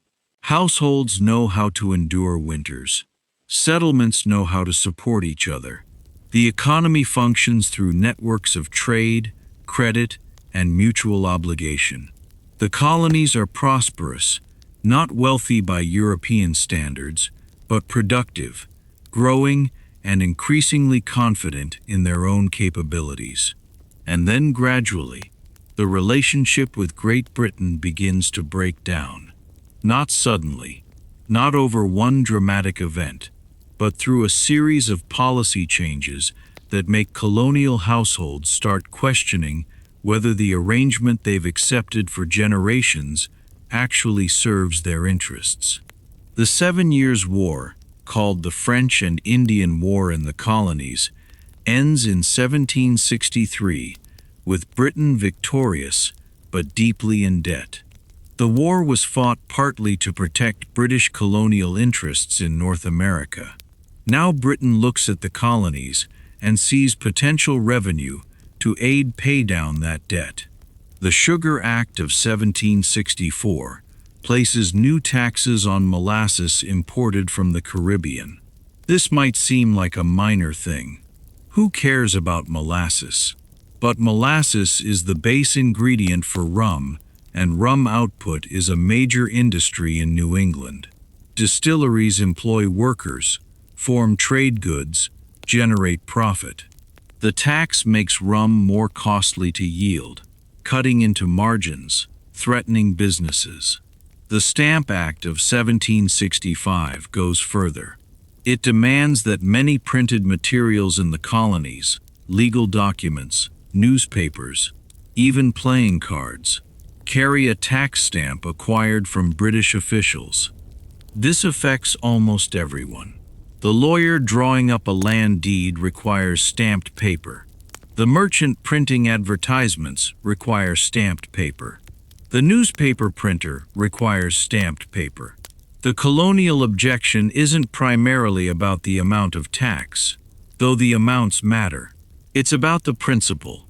These taxes are imposed by the British Parliament, where colonists have no representatives. The colonist argument is plain. British subjects have historically had the right to consent to their own taxation through representatives they elect. Parliament is taxing colonists who elect no members of Parliament. This violates rights that British subjects are supposed to possess. No taxation without representation becomes the rallying cry. It's both a constitutional argument and a practical grievance. The constitutional argument says that taxation without representation is tyranny. The practical grievance says that folk living in America grasp American economic conditions better than officials in London, and that policies made in London frequently ignore American realities. The Stamp Act is repealed in 1766 after massive colonial protests and boycotts of British goods, but it's replaced with the Townend Acts in 1767, which imposed taxes on glass, lead, paint, paper, and tea imported into the colonies. Different products, same principle. Parliament taxing colonists without their consent. The colonial response cultivated sophistication. Wives organized boycotts of British goods, making do with domestic substitutes. Homespun cloth becomes a political statement. Wearing imported British fabric marks you as unpatriotic. Wearing rough colonial-made cloth shows your commitment to American rights. This is where the daily crafts we've been observing become politically considerable. The same wives who've been spinning thread and weaving cloth out of necessity now ramp up output deliberately. They're proving a point. We can provide for ourselves. We don't require British manufactured goods as much as you think we do. Husbands organize non-importation agreements. Merchants in Boston, New York, and Philadelphia agree collectively to stop importing British goods until the taxes are repealed. This is economic warfare. They're trying to hurt British manufacturers and merchants enough that those groups will pressure Parliament to change policy, and it toils partially. The Townshend Acts are mostly repealed in 1770, but the tax on tea remains kept deliberately as a symbol that Parliament retains the right to tax the colonies. The issue simmers for 3 years. Then, in 1773, Parliament passes the Tea Act. This isn't technically a new tax. It actually reduces the price of British tea by eliminating certain duties and giving the British East India Company a monopoly on colonial tea sales. But colonists see it as a trick. Accept this cheaper tea, and you're implicitly accepting Parliament's right to tax without representation. The response is the Boston Tea Party. In December 1773, colonial activists disguised as Mohawk Indians board British ships in Boston Harbor and dumped 342-pound chests of tea into the water. 90,000 of tea, worth about 10,000 British pounds, roughly $1 million in present-day coin, destroyed in a single night. Britain's response is punitive. The Coercive Acts of 1774, called the Intolerable Acts by colonists, close Boston Harbor until the destroyed tea is paid for. They revoke Massachusetts' colonial charter, eliminating local self-government. They allow British officials accused of crimes to be tried in Britain rather than in the colonies. They demand colonists to cabin British soldiers in their homes. These measures are designed to isolate Massachusetts and intimidate other colonies into compliance. Instead, they form solidarity. Other colonies send food and supplies to Massachusetts. The Continental Congress convenes in Philadelphia in September 1774, bringing together representatives from 12 of the 13 colonies to coordinate response. The slide toward armed conflict accelerates. Colonial militias begin drilling more regularly. They stockpile weapons and ammunition. Town meetings become increasingly radical in their rhetoric. Loyalists, colonists who still support British authority, find themselves pressured, sometimes violently, to either change their views or leave. In April 1775, British troops march from Boston to Concord to seize colonial military supplies. The militia confronts them at Lexington Green. Someone fires. No one knows who, though. Both sides later blame the other. More shots follow. 8 militia husbands die. The British push on to Concord, destroy some supplies, then begin the march back to Boston. But the countryside has mobilized. Militia from surrounding towns converge on the road. They fire from behind trees, stone walls, and buildings. The British retreat becomes a running battle. By the time the British troops reach the safety of Boston, they've suffered nearly 300 casualties. The Americans have lost fewer than 100. This isn't how European warfare toils. European armies fight in open fields in formation. Seamen with strict rules of engagement. The American militia fights like guerrillas, using terrain, mobility, and local know-how to compensate for their lack of formal military training. And here's where the colonial experience we've been observing becomes militarily relevant. These militia husbands are farmers, blacksmiths, carpenters, husbands who've spent their lives solving practical problems, toiling with their hands, enduring hardship. They know the local terrain intimately. They're used to long marches carrying heavy loads. They're comfortable with discomfort. They're also used to self-organization. A barn raising demands coordinating dozens of husbands with different crafts toward a common goal without formal hierarchy.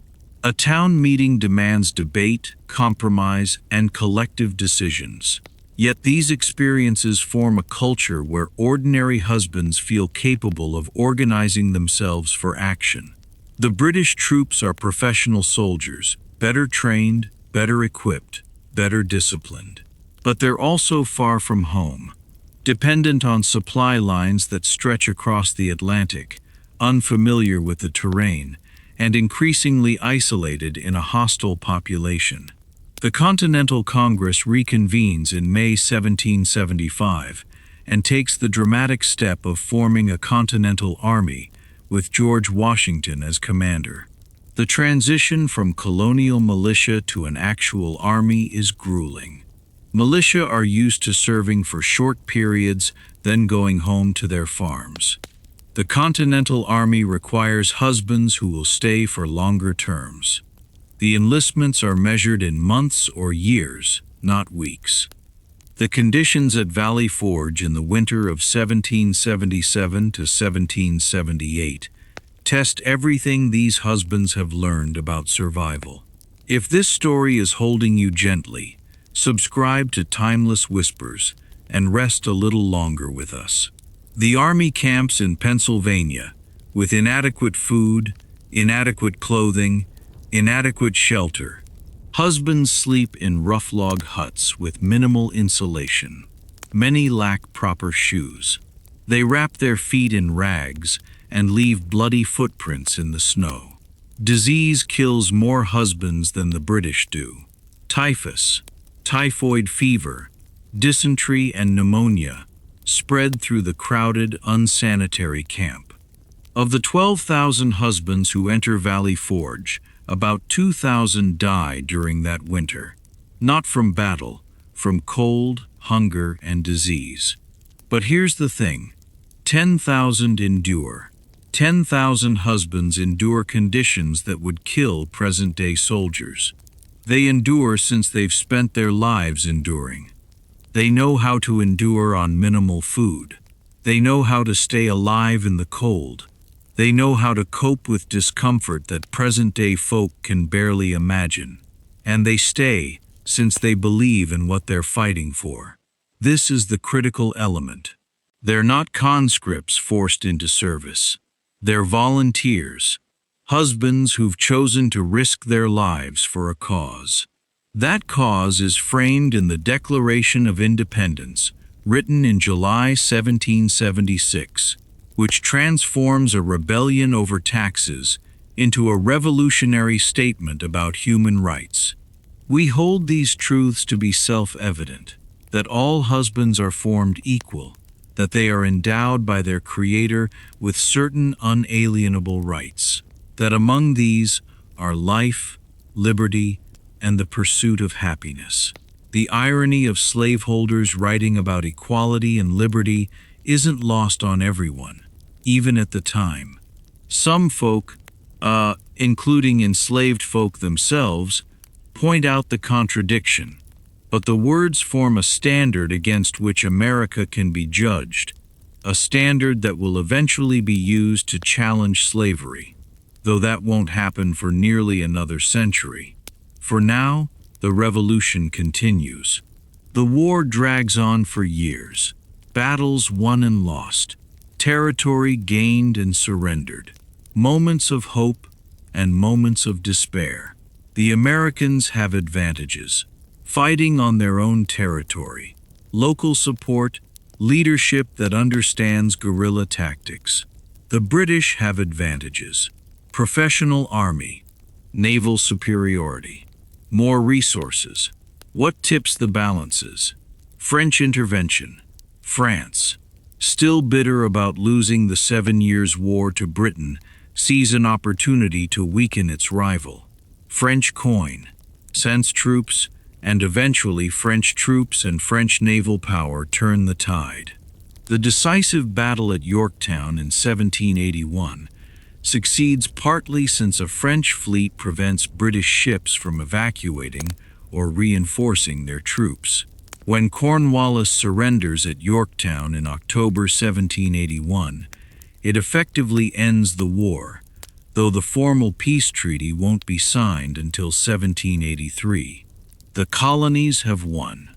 Against enormous odds, a collection of farmers and merchants and craftsmen have defeated the most powerful military in the world. Why did they win?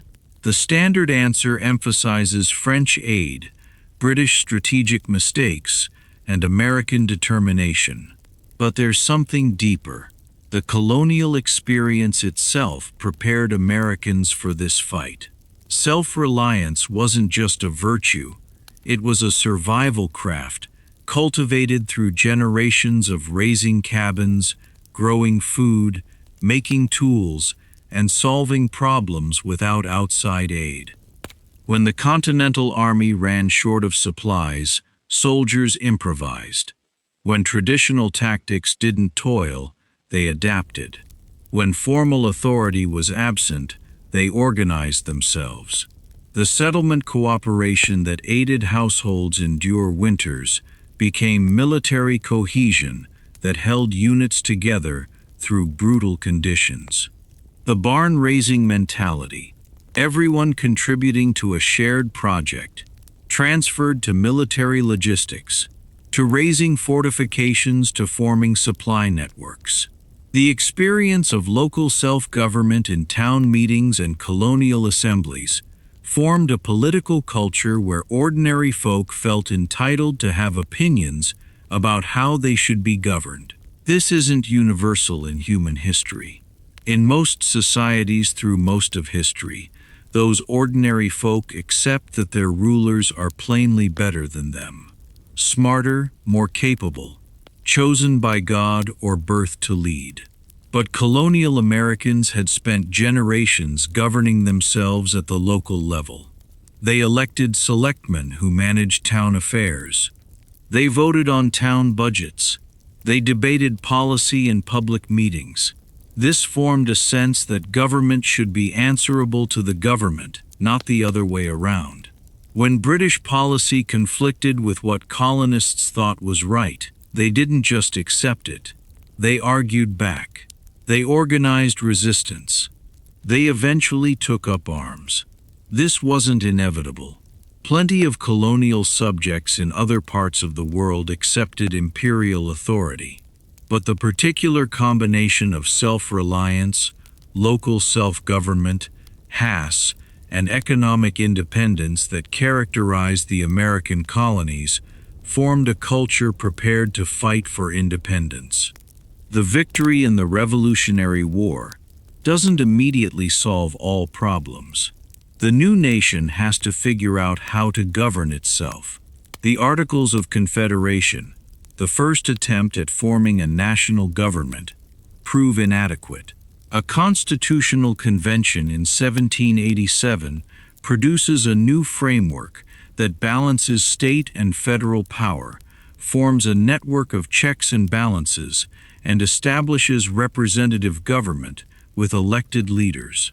The Constitution is a compromised document, leaving many issues unresolved. Slavery is the most glaring one. The Constitution protects it without directly naming it, counting enslaved folk as 3/5 of a representation purposes while denying them any rights. This compromise will eventually lead to civil war. But the Constitution also establishes principles that can be expanded over time. The idea that government derives its power from consent of the governed. The idea that rights are inherent, not granted by government. The idea that power should be distributed and limited rather than concentrated in a monarch or aristocracy. These ideas emerged directly from colonial experience. Folk who'd spent generations governing themselves locally, solving their own problems, forming their own institutions, weren't willing to accept authoritarian rule from across the ocean or anywhere else. The sun is setting now over the landscape we've been observing. The fields that were wilderness a century ago are now farms. The stumps are mostly rotted away. The cabins are more substantial. Some have glass windows now. Some have wooden floors instead of packed earth. The settlements are established, prosperous by the standards of their time.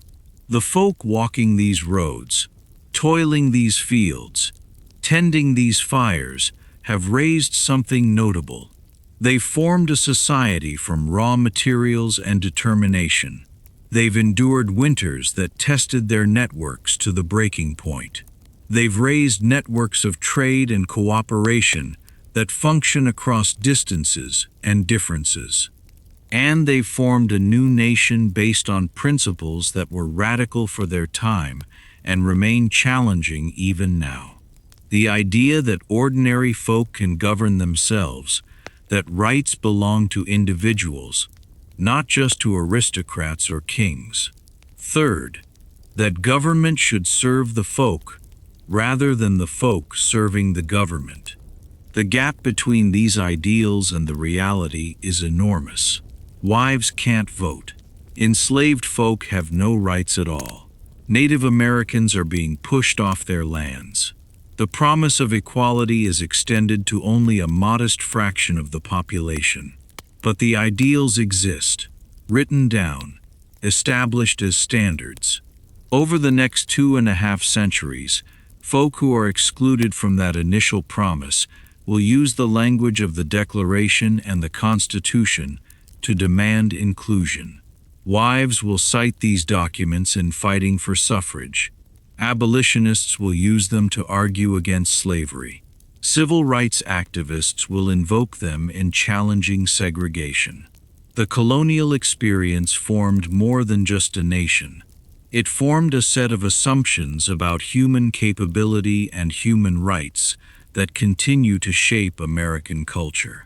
The belief that problems can be solved through practical application of intelligence and effort. The belief that settlements function best when folk cooperate voluntarily rather than being forced into cooperation. The belief that ordinary folk possess dignity and deserve respect. These beliefs emerge directly from the experiences we've been observing. When you've raised a cabin with your own hands, grown food through your own labor, and endured winter through your own planning, you cultivate confidence in your own capabilities. When your survival has depended on settlement cooperation, you grasp the worth of mutual aid and voluntary association. When you've participated in town meetings and seen ordinary folk debate and decide essential issues, you believe in democratic governance. Not everyone in colonial America experienced these things equally. Enslaved folk raised cabins and grew food, but never benefited from their own labor. Wives toiled as grueling as husbands, but had fewer legal rights and less political power. Native Americans watched as their lands were taken, and their populations devastated by disease and violence. The colonial achievement is real, but incomplete. It's impressive, but morally compromised. Grasping it demands holding both truths simultaneously, acknowledging both what was achieved and what was denied, both the intelligence of the networks and the injustice of their distributions. As full darkness falls and households gather around their fires one more time, we can see them more plainly now. These aren't plain folk living plain lives. They're complex human beings navigating grueling circumstances, making choices with limited options, raising networks that solve some problems while forming others. They're not heroes or villains. They're folk doing what folk do, trying to endure, trying to provide for their households, trying to form meaning and settlement and stability in an uncertain world. The crafts they cultivated, practical problem solving, endurance in the face of hardship, settlement cooperation, democratic decision-making become part of American culture. Not universally, not perfectly, but persistently. These crafts and worth get passed down through generations, shaping how Americans approach challenges even today.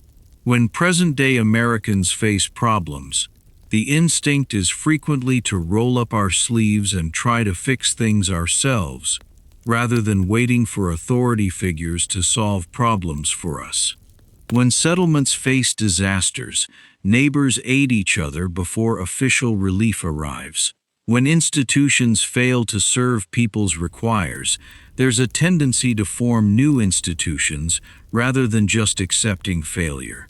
These patterns of behavior have roots in colonial experience. They're the legacy of folk who had to solve their own problems since no one else would solve them, who had to aid each other since there was no social safety net, who had to govern themselves since distant authorities didn't grasp or care about local conditions. The physical world the colonists raised is mostly gone now. The wattle-and-daub cabins have crumbled. The wooden tools have rotted. The cloth woven on hand looms has worn to nothing. But the mental habits they cultivated, the social patterns they established, the political ideas they fought for, these persist. Grasping colonial life means grasping where we come from. Not just genealogically. Most Americans descend from folk who arrived long after the colonial period, but culturally. The assumptions that shape American culture, for better and worse, were forged during the colonial period by folk living the lives we've been observing. Their world was harder than ours in almost every measurable way. They toiled longer hours, died younger, experienced more physical pain, lost more children, lived with more uncertainty.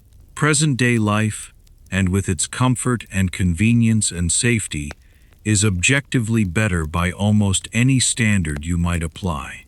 But they knew things we've forgotten: how to form from raw materials, how to maintain complex networks without external support, how to find joy in plain pleasures, how to endure hardship without despair, how to raise settlement through shared struggle.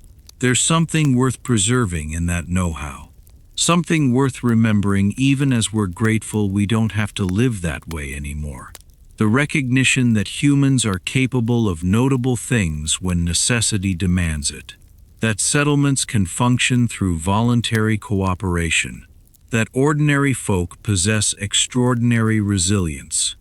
As you drift towards sleep, imagine one more time that colonial cabin, with its dying fire, the household sleeping on their rope beds, them breathing the smoke-tinged air, surrounded by darkness broken only by glowing embers.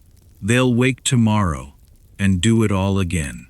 The endless toil of survival, the constant maintenance of networks, the daily choices that accumulate into a life. They'll face another day without any of the comforts you take for granted. No electricity, no running water, no present-day medicine, no effortless answers, just their hands and their minds and their settlement and whatever sturdiness they can summon to keep going. And they will keep going since they always have. Since stopping means failure and failure means death. Since they've raised networks that toil, and they'll maintain those networks through competence and determination and mutual support. This is what it meant to be alive in colonial America. This is what it took to endure them. This is what they achieved, and this is what they formed. Not a perfect society, far from it.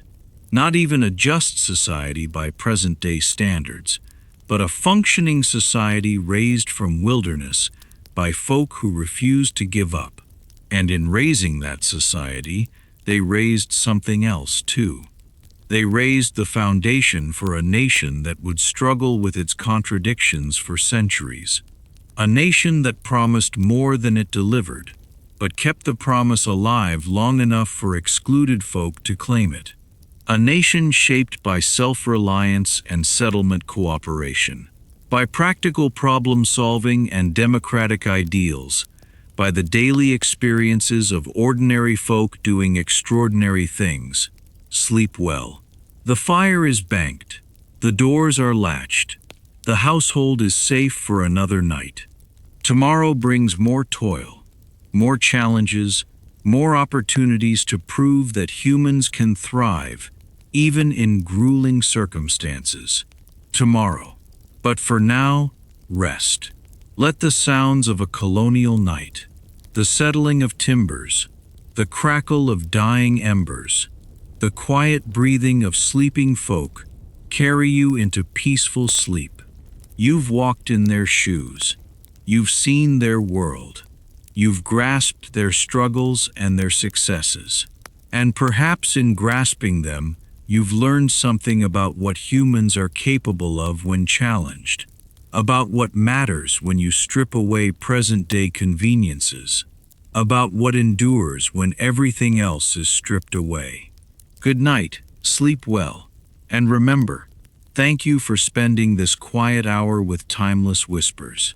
If these stories help you sleep, subscribe and turn on notifications so the next tale finds you when you need it. Good night, sleep well.